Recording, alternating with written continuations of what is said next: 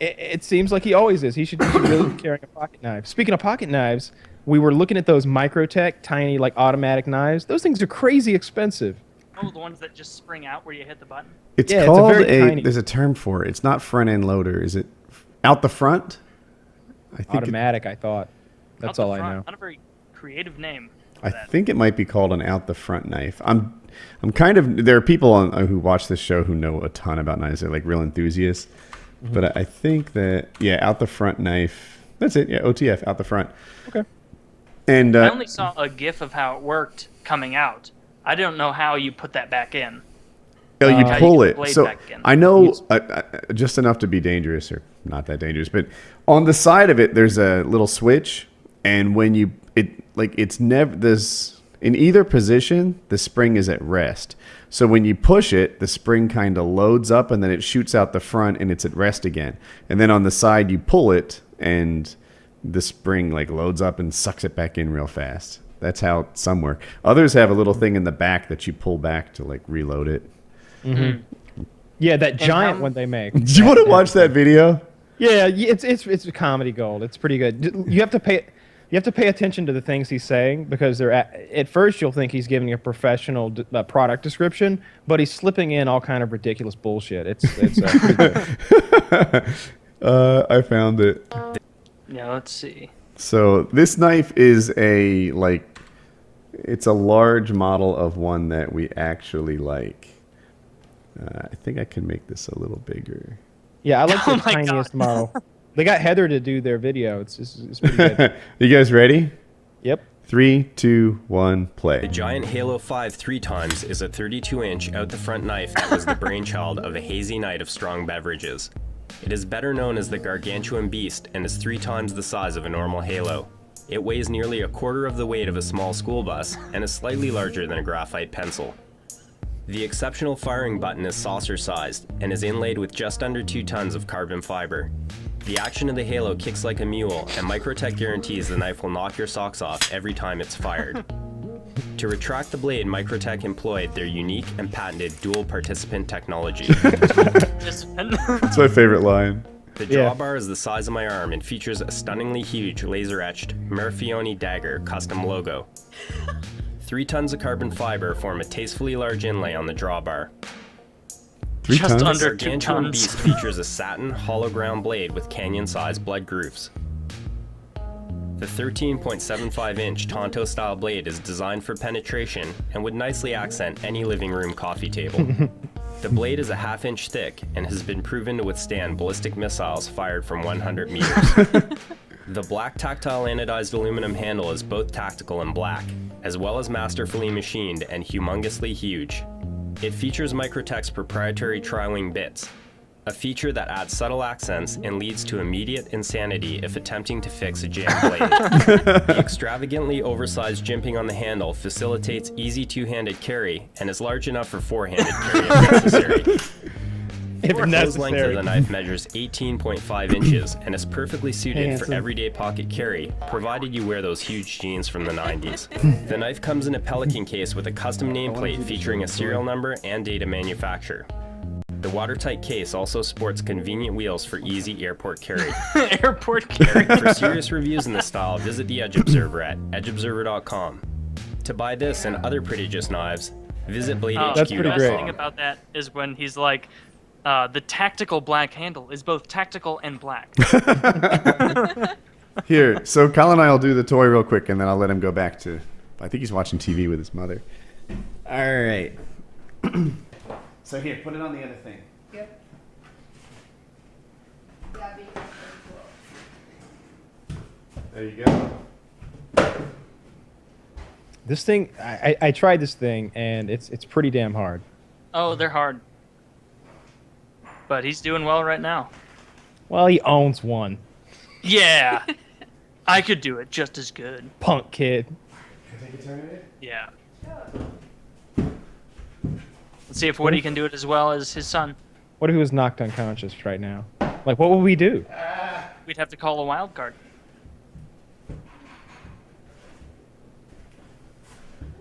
I'm getting rusty at this. All right.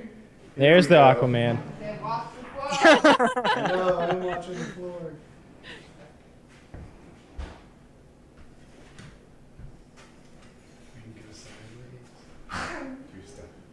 Oh, I want him to fall and eat shit so much. Anyway, It's easy to that's fall the off toy. that thing. Thanks. Oh, I Colin. know. Yes. We had one of those. Hey, Mom. Hey, Kyle.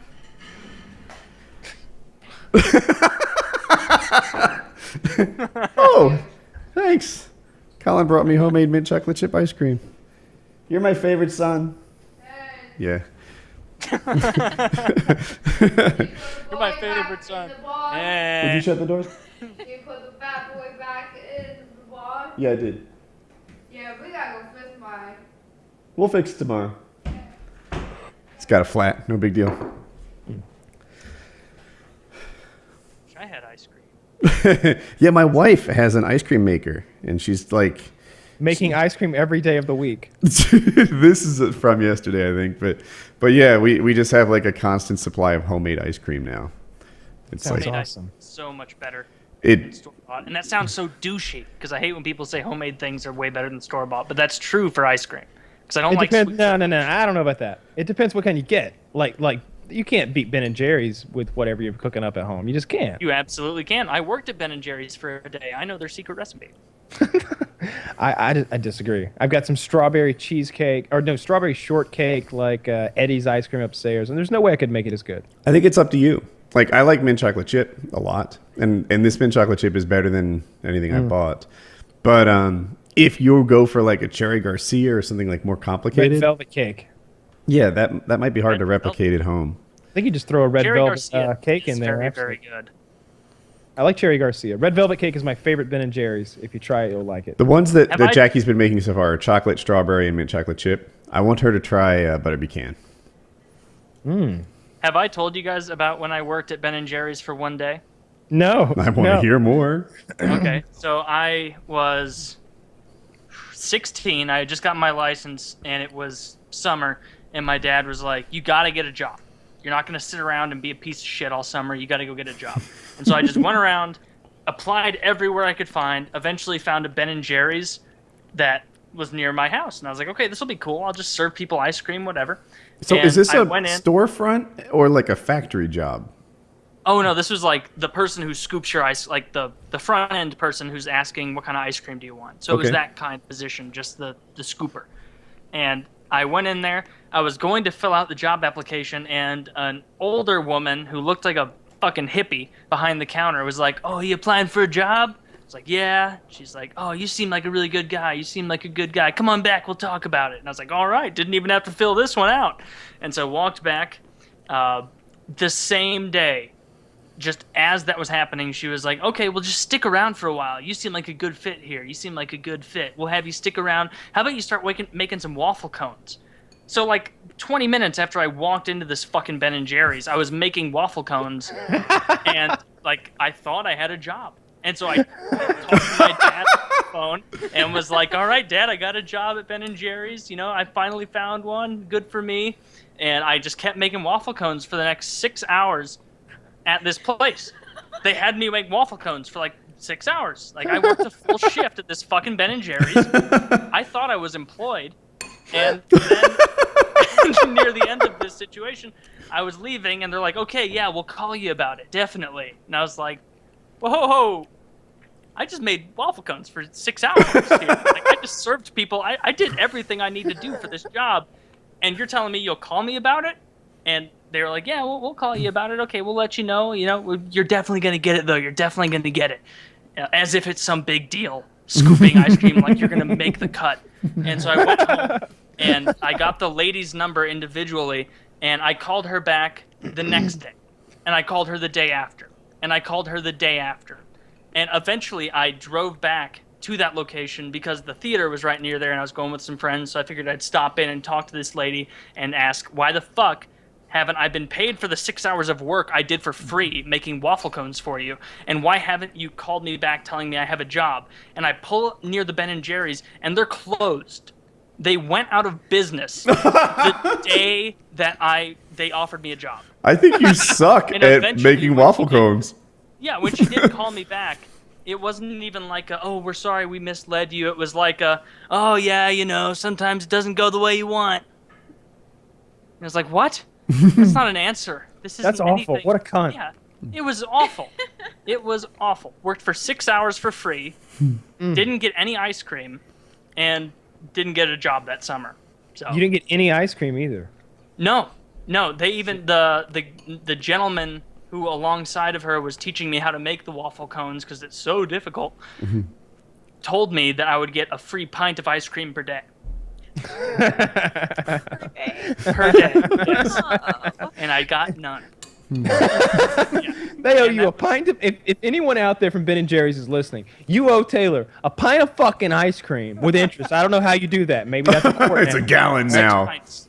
All right, so you owe him 6 fucking pints of ice cream and at least $35 for his time. I don't know what minimum wage was 6 or 7 years ago, but you owe him at least that because you apparently employed our friend as slave labor at Ben and Jerry's. I was taken like a fool. I thought, like, sitting there making those ice cream cones, I can remember being like, man, this lady is so cool. Like, I'm getting a job. And then nothing happened. Growing up, my father was known for like his legendary work ethic, right? That was like that's who he is. It's kind of a big part of what defined him and stuff like that.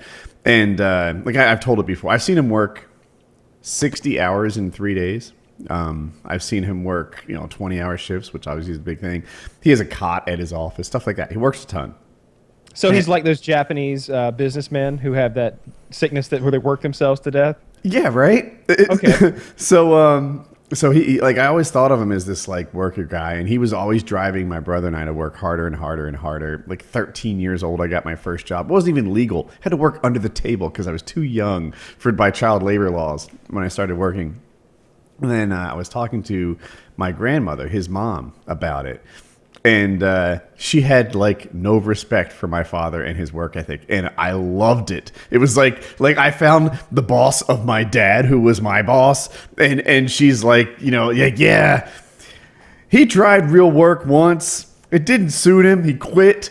I was like, my dad quit a job? Yeah, he had this job working at like a general store, like back when there were general stores, and they made him sweep, and he found sweeping to be like unpalatable for some reason, and he quit, and his mom was terribly disappointed in who he was as like an employee. And the paper route, the paper route stories I heard were this guy got up early in the morning, delivered papers to everyone, made like good money. Every time a paper route came up, my father would absorb it and like just deliver more and more papers. There was no amount of work that was too much. And then he started subletting it, and he had this like paper delivery enterprise as he would hire like younger kids than himself to deliver the papers on the route that he now owned controls. Wow. And like, he's buying like cars and stuff like that as he was a kid because of his like paper route empire. And but then as his mother talked about it, she's like, yeah, he couldn't hold down a real job, so he did the paper thing instead.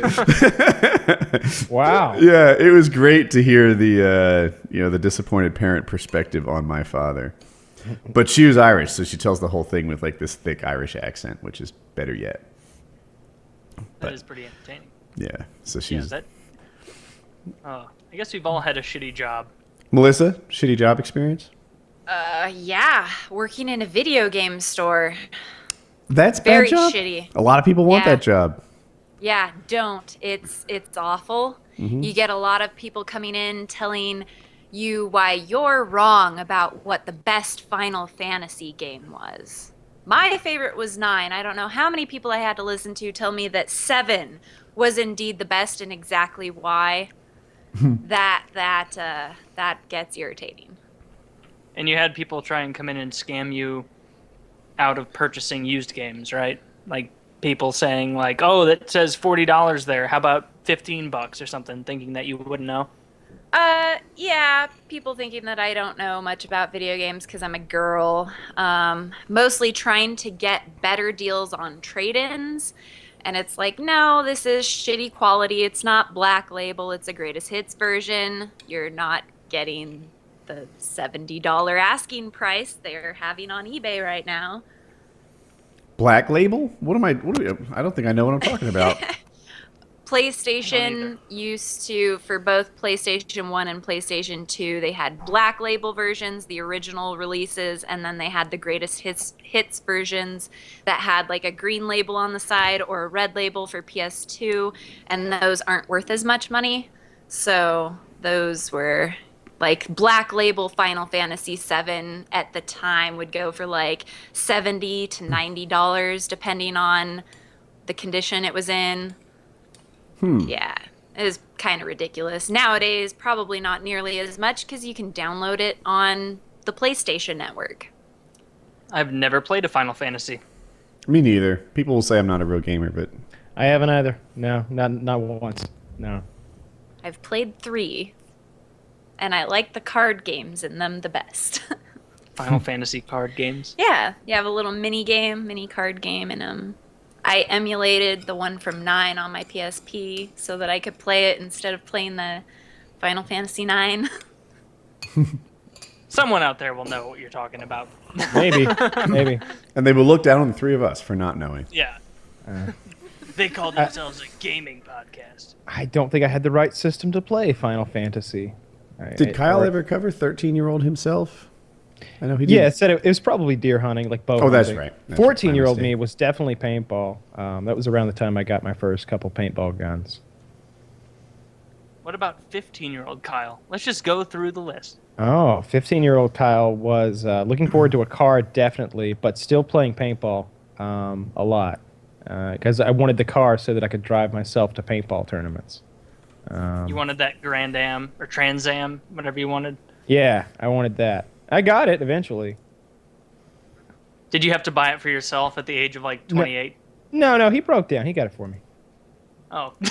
Did you just throw a pity party until you got what you wanted? Yeah, pretty much. I went through a few cars early on. Like there was but from the time I was like almost 16, like about to get my license to the time I was like 17, it seemed like I went through like 4 or 5 cars. There was a Jaguar XJ12, there was a Ford Lightning, there was that Chevrolet truck that was new that he got me, and there was a 98 Trans Am that the transmission ended up blowing up, and I'm not sure what else. I think that was just about it. What the fuck is a Ford Lightning?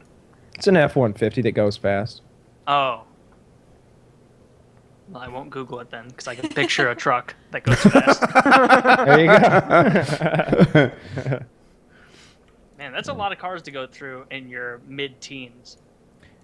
It was just a weird circumstance. Kept having issues. What was the first car you ever drove? That was yours. Oh, that was mine? See, that's hard to say. I'm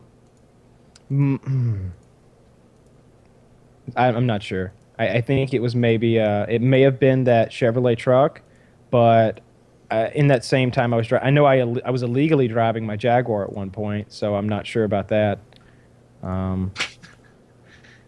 Illegally driving a Jaguar. I was 15. Don't let me fool you. It wasn't like an $80,000 car or anything. It was a Jaguar XJ12, and it was a few years old. But it didn't have any issues, and it was real fancy, and it smelled like rich mahogany. How about you, Woody? What was the first car you ever drove that was yours? I had a 1987 Volkswagen GTI. It was 1989 at the time, so it was fairly late model. We got it for $6,000. And I loved the car. It was like, I didn't know it, but it was like my personal dream car. It was fast enough, yet it held things. I was cycling a lot at the time, and because it was a hatchback, I could put my bike in it, and it was the key to my freedom. Like my whole world opened up. My daughter doesn't really have that much interest in driving, and I think it's because she gets everything she could possibly want. Just snap her fingers and we drive her anywhere, and including insane stuff like, I want to go to a fencing tournament in Washington D.C. Oh, okay, I'll get my calendar, we'll make it happen. And but me, like, I'd be like, I want to go to my friend's house tomorrow, and my mom would be like, okay, we'll do that. And then come go time, it's like, I think it looks like rain. Fuck. Is your car not watertight? Jesus Christ. So when I got my own car, like, my whole world upgraded, and I loved it. But the thing was, it wasn't a perfect car. I don't know if it was misused or had an accident before I got it or something, but it pulled to the side hard. Like if you let go of the wheel, it would just be like off to the side. And eventually I fell asleep. I think I had it for maybe 3 months or something. And like everyone has this like, yeah, I remember one time I was driving and, kind of like, lost my alertness for a second story. Yeah. But when you drove that car, that story ends in a horrific accident. What happened was, pretending this was a car, the side of the road was grassy and it went down and then up really hard, like a check mark almost. I went down, and then when this so as soon as the right two tires hit the grass, I woke up because it was like loud and stuff, and I steered back on, but the right front tire, it like went full right, like it got like disconnected or something like that. It was like hitting a curb at 55 miles an hour because the pavement was like 5 or 6 inches taller than the grass. And then the car went down and I flipped it 2.5 times. Now, people say they flip their car. They usually mean that, but that is what I call a half a flip, right? So, so I flipped it like that and then came to a rest on the roof. And during one of the flips, I put my arm out the driver's side window because even though my seatbelt was on, I felt like I was falling out. And that's when I broke the two bones in my arm. And then I got this like tumor inside the nerve, and that's why my fingers don't work like they should and stuff like that. So it was actually probably the wrong car choice for a sleeper. But Jesus Christ, that started like a funny story, and then it got sad. Yeah. That's the real reason Woody had to switch from left-handed masturbating to right-handed masturbating. It truly is. That's the broken arm I was talking about, where I had to flip over. Yeah, as 17 years old, I started. Yeah, that was that, and it was in a cast, and the cast went up to my bicep. So there's really not like, what am I gonna do? Shoulder wiggle or something? So yeah, that nailed it.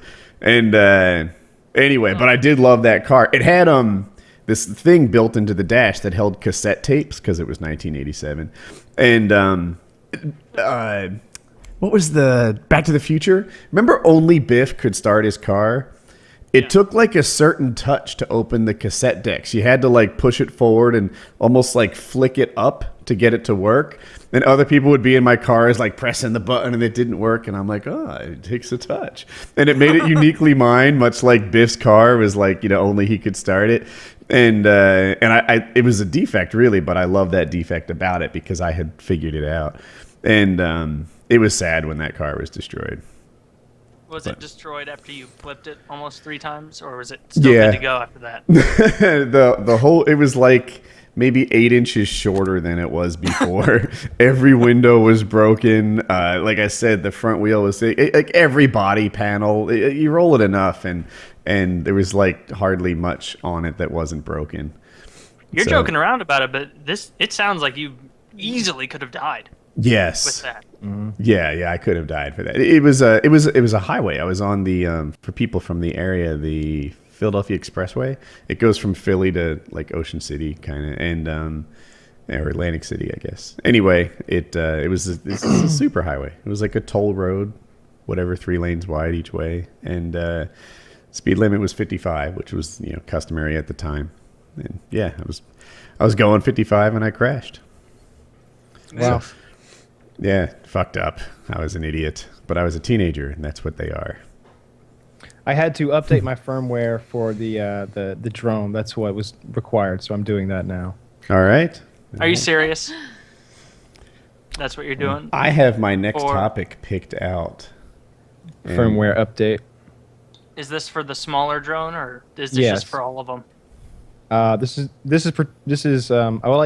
It's for both actually. I got 2 updates. One was for the crawler and one's for the spider. So I think I'm like. I still don't understand the use of that crawler one.